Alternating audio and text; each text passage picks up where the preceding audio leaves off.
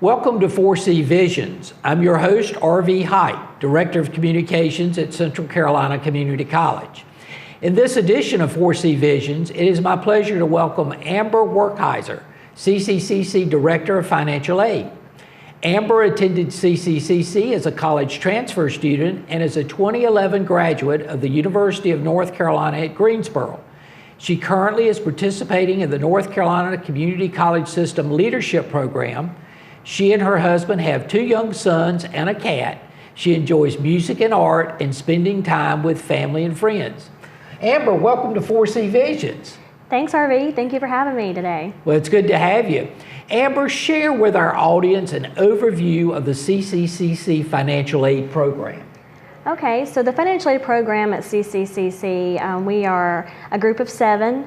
We are primarily housed on the Lee main campus. However, we do service all campuses, Chatham, Maine, and Harnett, and we have representation on all campuses as well, even the satellite campuses through virtual office and email. Our office is broken up into segments. We have some advisors who go over student files, then we have technicians who see students face-to-face or online, and we offer all different types of aid to the students here at the college. Well, let's talk a little about that. What does our financial aid office offer for students? We offer federal Pell Grant and state grants, which students can apply for by filling out their FAFSA application. Additional to the federal and state aid, we also help students find resources for scholarships, such as our Foundation Scholarship, Dreamkeeper, and any other outside scholarships that may be available for students. Are there any other types of financial aid that is available? Yes, there are private loans that we do process here at CCCC as well. Very good. Can you speak to the difference between loans and scholarships, and how can students apply for available scholarships? Yes, so there's several types of loans. I would like to point out that CCCC does not participate in the federal loan program, but we do offer the private loans. So a student who would be interested in a private loan would apply through whatever bank or lender of their choice, and then if they are approved, then we would process that loan. For scholarships, there are so many available. I would always recommend a scholarship first, or federal or state aid first before a loan, because those are all gift aid that you don't owe back. But the process for applying for scholarships, either you always have to do your FAFSA first. Also, the college has a foundation scholarship application. And then any of the outside scholarships that I mentioned, those are all third-party servicers that students can research. We do advertise some on our website, but there's so many and so many opportunities that I do encourage students to find some that they may be interested in and apply for. And I think it's important for our listeners and our viewers to know that there are financial aid scholarships available for students. So coming to college is not really, I know some people may feel like it's a difficult thing, but we have that opportunity where there is money available for people to come. Is that right? Yes, there's so many funding resources for students available. I would encourage everyone to not be discouraged by completing the FAFSA, because though you may not be eligible possibly for federal or state aid, it opens the door for all other type of funding resources, and the college, especially CCCC, has so many funding opportunities for students to take advantage of. Excellent. Amber, I would think that communications and availability are an important part of the financial aid picture. Absolutely. Communication, especially now that everything is kind of moving to a virtual and in-person world, is important because we don't find students visiting us in person as often, so we have to find ways to connect with them virtually. We do have a financial aid newsletter that we send out to students via their Cougar mail that advertises important dates and deadlines and anything that we would like them to know. We also post anything important on our website and through self-service. And we also reach out to students through community service and outreach through the high schools. It's very important to get out there and get the word out so everyone knows and feels comfortable about the whole financial aid process and how it can help them. What time of the year should students apply for financial aid, particularly those who may be in high school? If you're in high school now, or even if you graduated high school and haven't decided you're going to go to college yet, I would say the best time of the year, FAFSA always opens up around October, November timeframe of every year. So that's when you can apply. You have between that time and probably August, of the next year to apply. I would say anytime during that time frame, we have a priority deadline that we advertise of July 1st every year. That is just our priority that we hope that you would fill out your FAFSA, get your scholarship app in so that we can process your aid. Well, I'm sure there are many questions that you receive regarding financial aid. What are some of those questions that you get from people? Some of the questions that we get most often are, when am I going to get my financial aid? When can I expect my tuition to be paid? Also, is FAFSA a loan? So I'd like to address some of those. FAFSA is not a loan. FAFSA is just your application for aid. So completing your FAFSA doesn't guarantee you aid. It doesn't commit you to any aid. It is just an overview of what we may be able to offer you.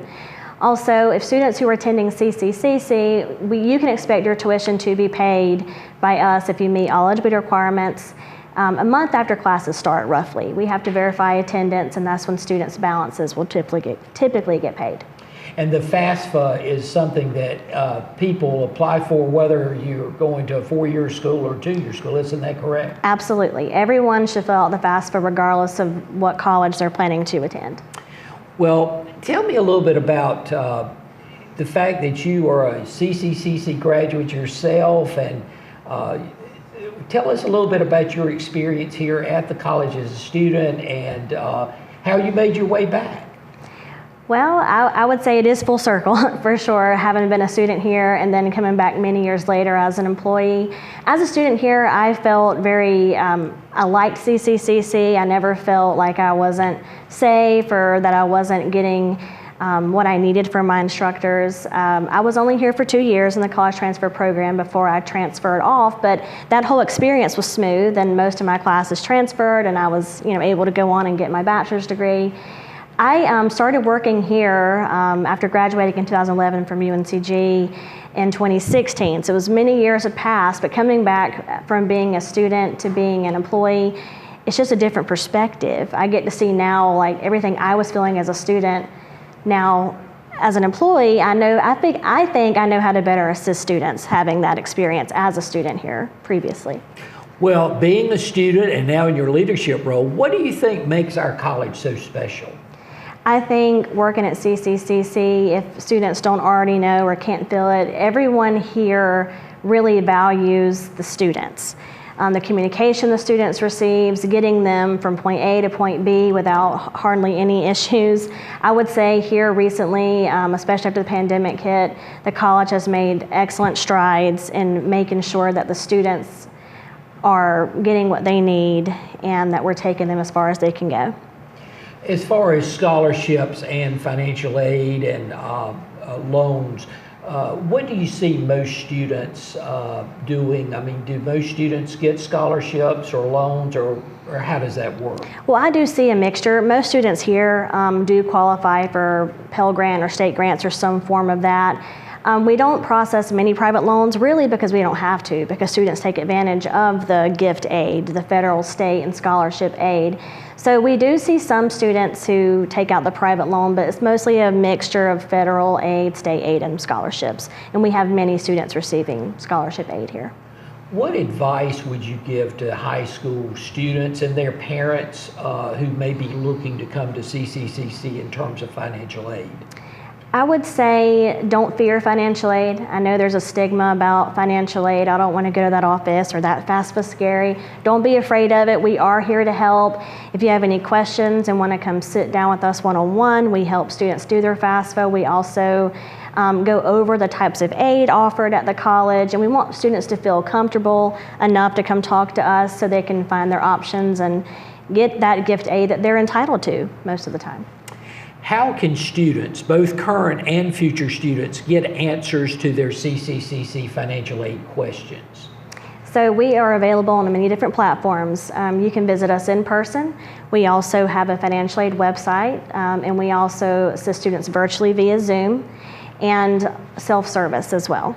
I want you to brag a little bit about your staff because they really are outstanding. I do have a great staff. I am so happy to say that we have really built an office where we all work well together. We feed off each other's ideas. There's different personalities. There's no one person that doesn't offer something special to the office. And I would say around campus, I think faculty, staff, and students are also seeing a difference. And I'm really proud and really excited for my staff to see what we continue to do.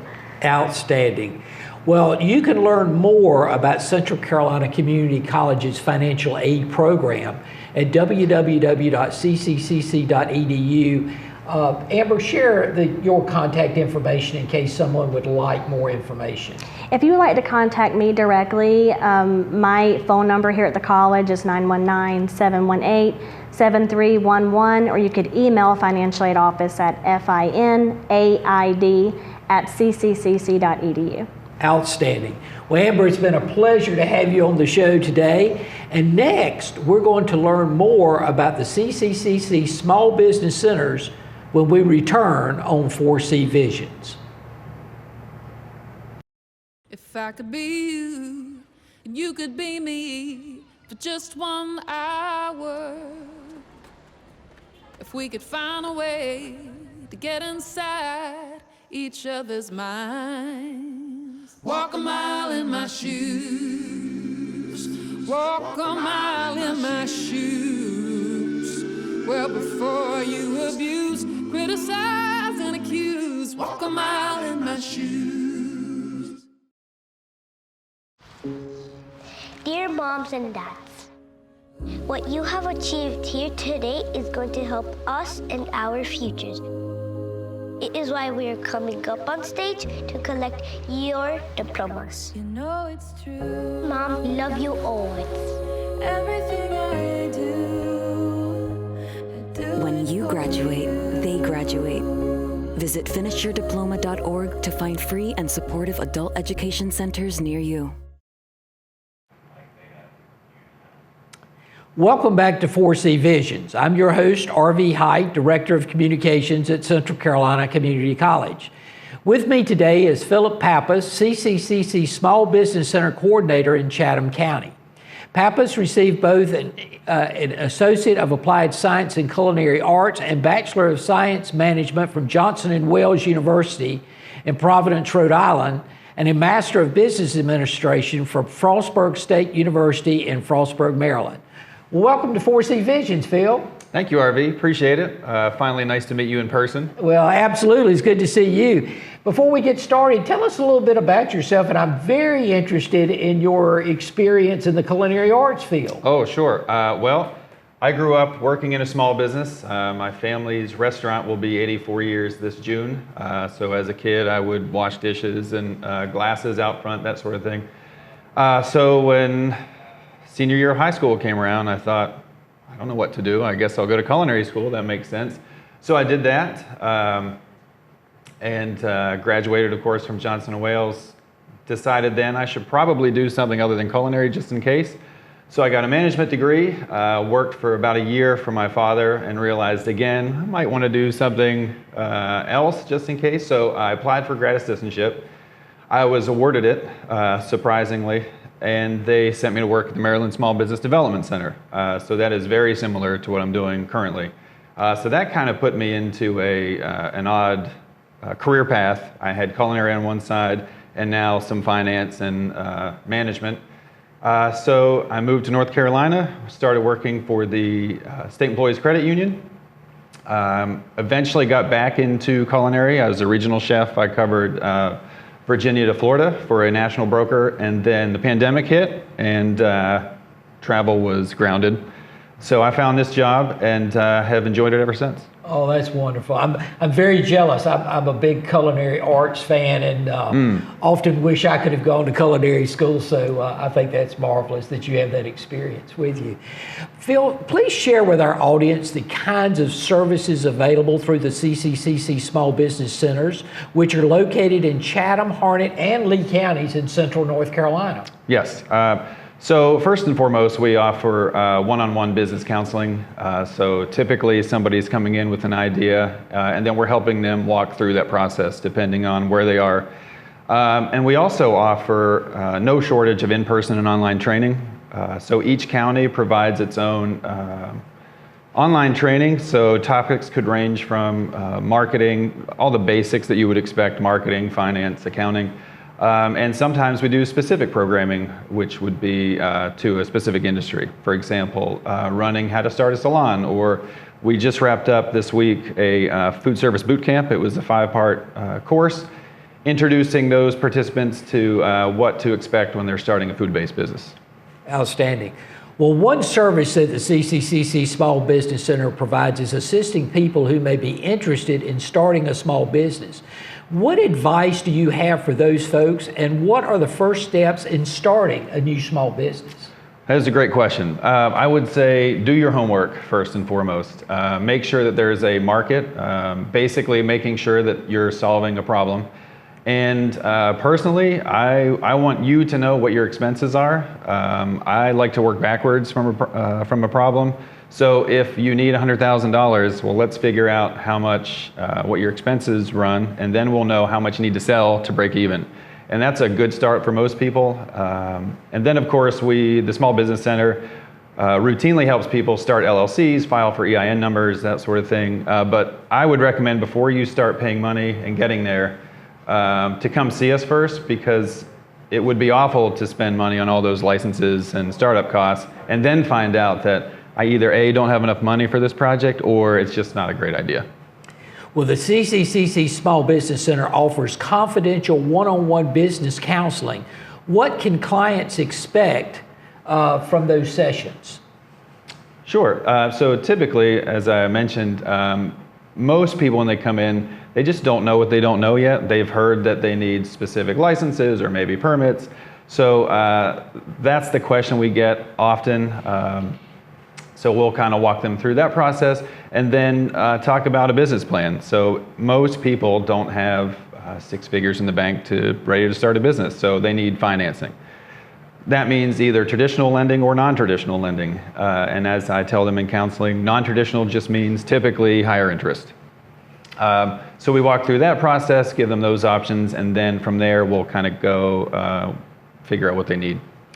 When these folks come in and speak to you, do they generally have a great idea, or do you feel like a lot of these folks are really not quite prepared for getting into the business field? That is a great question. I couldn't say that it is 50-50 necessarily. I've never heard, let me take that back. I've never heard an awful idea. Oftentimes you kind of have to talk to them more to get an understanding of, okay, what do you really want to do? Where should we focus? That sort of thing.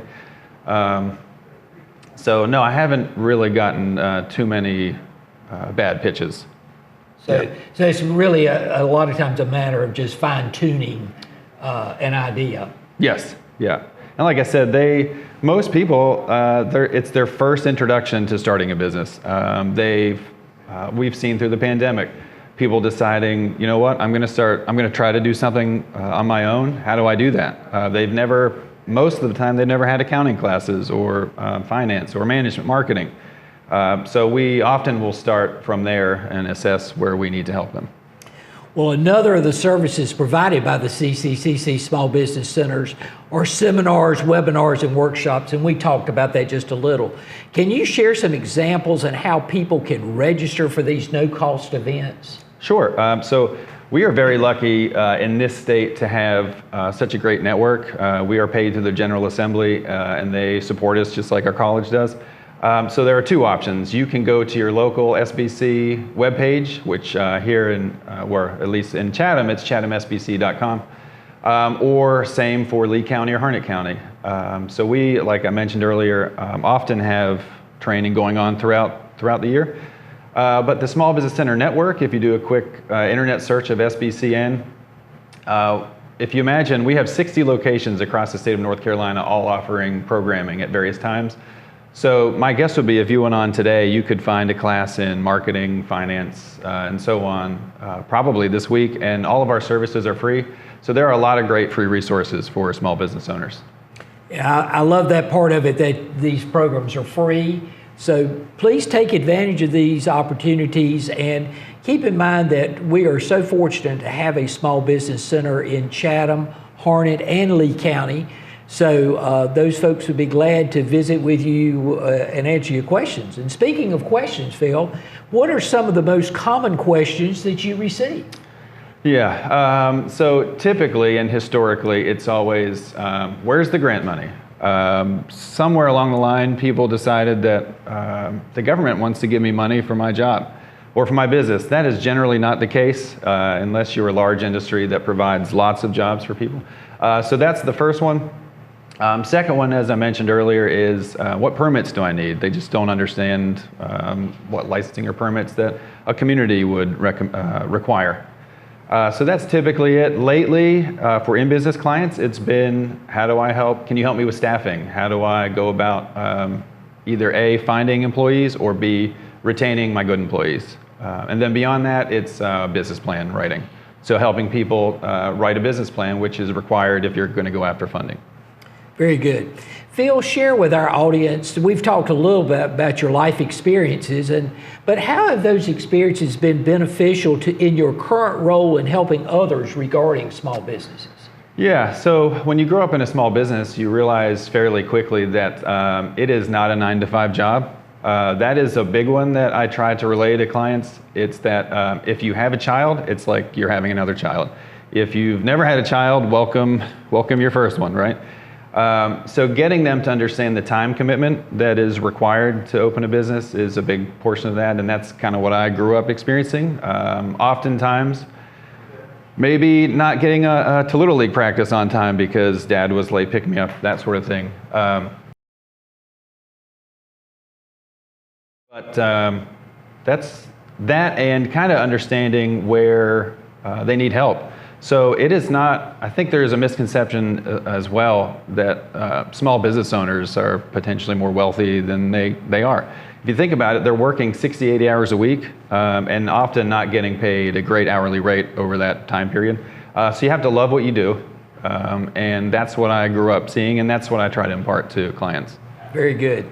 In your role, how do you see the small business climate in the Central Carolina Community College service area? That is another great question.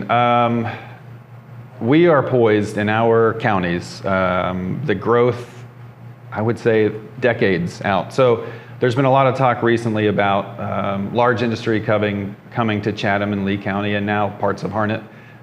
Where that fits into small businesses, we will need restaurants, beauty salons, all of the service industry required to support 8,000 new jobs, right? So there's a lot of potential. We're not quite there yet in terms of foot traffic and build out, but it's coming. So I think there's a lot of great opportunity in our community. And I know that one of the things I wanted to ask you about is that the Chatham Small Business Center has a relationship, I think, going with UNC Chapel Hill. That's right. On a special project. Talk a little about that. Yeah, so that one specifically is called Next Level. So for those of you who don't know, the Innovate Carolina is UNC's economic development arm, similar to our EDPNC or our state organization. So they are trying to do similar services like us. So they have moved an office into Mosaic, and we decided we should get together and collaborate. So they already had a program called Launch, and we decided to create a precursor or a funnel to that program called Next Level. Next Level is for scalable businesses for aspiring entrepreneurs. So scalable in our sense, ideally would be over $1 million. And I guess in short, it's that the business could continue in the absence of the owner. So we have another program called Chatham Spark, which is for retail businesses. Typically not scalable in that sense, because if the owner is not working, then typically the retail place is closed or not making money, right? So scalable businesses means you can essentially grow without, well, dare I say, without effort, but the business could continue in the absence of the owner. Very good. How can our audience contact you or learn more about the Small Business Center if they have questions or seek assistance? Sure. My parents did not know that email would be a thing way back when, but my email address would be the best way to contact me. So to get the services, we have to have you register. So if you email me at ppapp612@cccc.edu, I'd be happy to help you out. Very good. And in your time here at Central Carolina, what's your thoughts about the college and why do you think we're so special within our community? Another good question, RV. So we have conferences for the SBCN network. What I have found, among other things, is not every college does things the exact same way.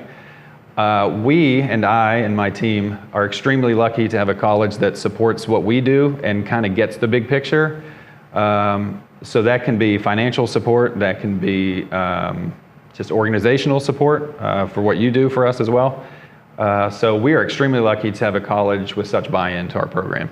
Well, you guys do an outstanding job, and obviously we welcome those in our coverage area to please contact our small business centers if they can be assistance. If you've got an idea for a new business or you just want to talk to them in general terms about what they can offer to you, and particularly the free classes that are available in a variety of areas. But you can learn more about the CCCC Small Business Centers at www.cccc.edu/SBC. And to learn more about Central Carolina Community College and its variety of programs, including financial aid, visit www.cccc.edu. Phil, thank you for being with us today. It's been a pleasure to have you. And thank you, guests, for being with us on 4C Visions.